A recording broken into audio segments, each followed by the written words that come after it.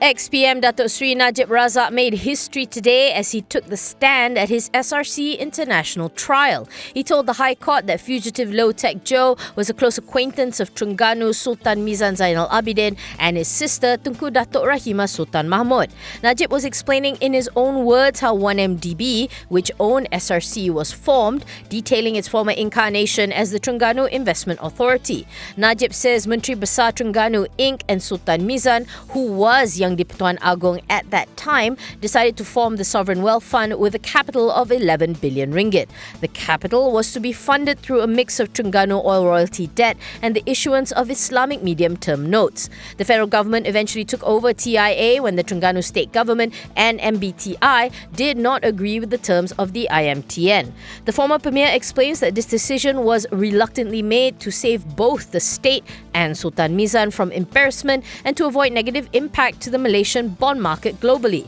Lead Defence Counsel Tan Sri Muhammad Shafee Abdullah put the entire blame for the 1MDB and SRC mess on Low and four mysterious Emirati. He says that not only were Low and the Arabs the masterminds, but that the entire management of 1MDB and SRC were complicit. Shafee also maintained that if the management could be misled by Low, so too could his client.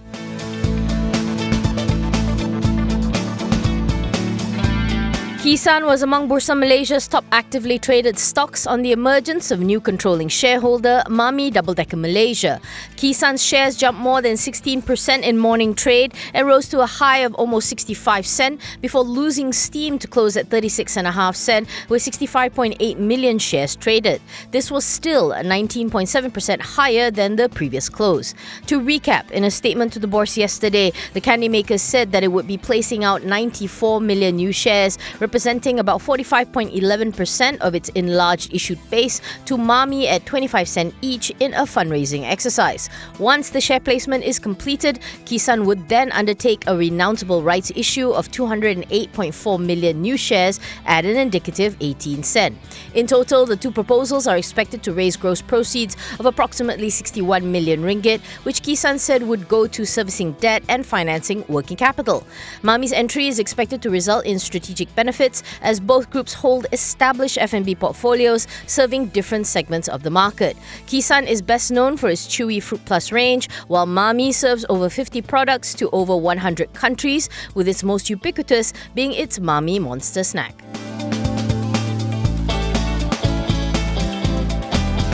Proton has doubled its sales for November to 9,643 units. That brings the year-to-date cumulative sales to 89,476 units, marking a 50.1% increase in total year-on-year numbers. The national car maker says the Saga took the lead, reclaiming the top spot for best-selling A-segment sedan, with 4,091 cars sold during the month. Year-to-date, Proton sold 34,422 units of the model, up 32% from last year. CEO Dr. Lee Chun-rong says the Saga has been a big success since its launch in August and that it has already received over 35,000 bookings in just 4 months. He adds that every unit Proton's factory can deliver has been spoken for and that the challenge is now up to its production capacity of the model. Proton has already had intensive discussions with its vendors to work towards a volume increase next year. Meanwhile, the Proton X70 saw better sales in November with more than 2,000 units sold. Lee calls the X70 Proton's biggest success story for 2019 and says the popularity of the SUV is showing no signs of abating.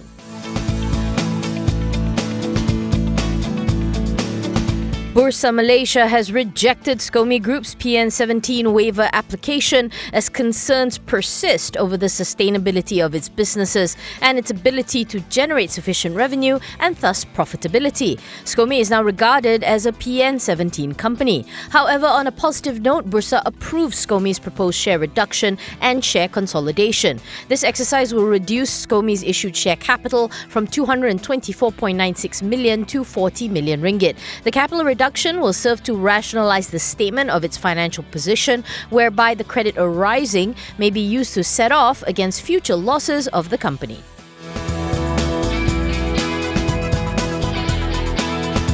Iskandar Waterfront Holdings is said to be mulling a listing on Bursa Malaysia as early as next year. Citing people familiar with the matter, Bloomberg reports that the developer, controlled by Tan Sri Lim Kang Hu, is looking to revive its IPO plans, partly to help fund the $33.5 billion Bandar Malaysia project. According to its sources, IWH is working with at least one advisor for the listing that may fetch a valuation of about 30 billion ringgit. Bloomberg says discussions are in the early stage and the company may decide not to proceed with the plan. IWH holds a 60% stake in IWH CREC, the joint venture assigned to build Bandar Malaysia, with China Railway Engineering owning the rest. IWH had initially targeted for a listing by the end of 2013 or the following year, during the height of the boom period in Iskandar Malaysia's developments. However, the plan was put on hold following the slowdown in Malaysia's property market and the implementation of the government's cooling measures to contain property prices that were spiraling upwards.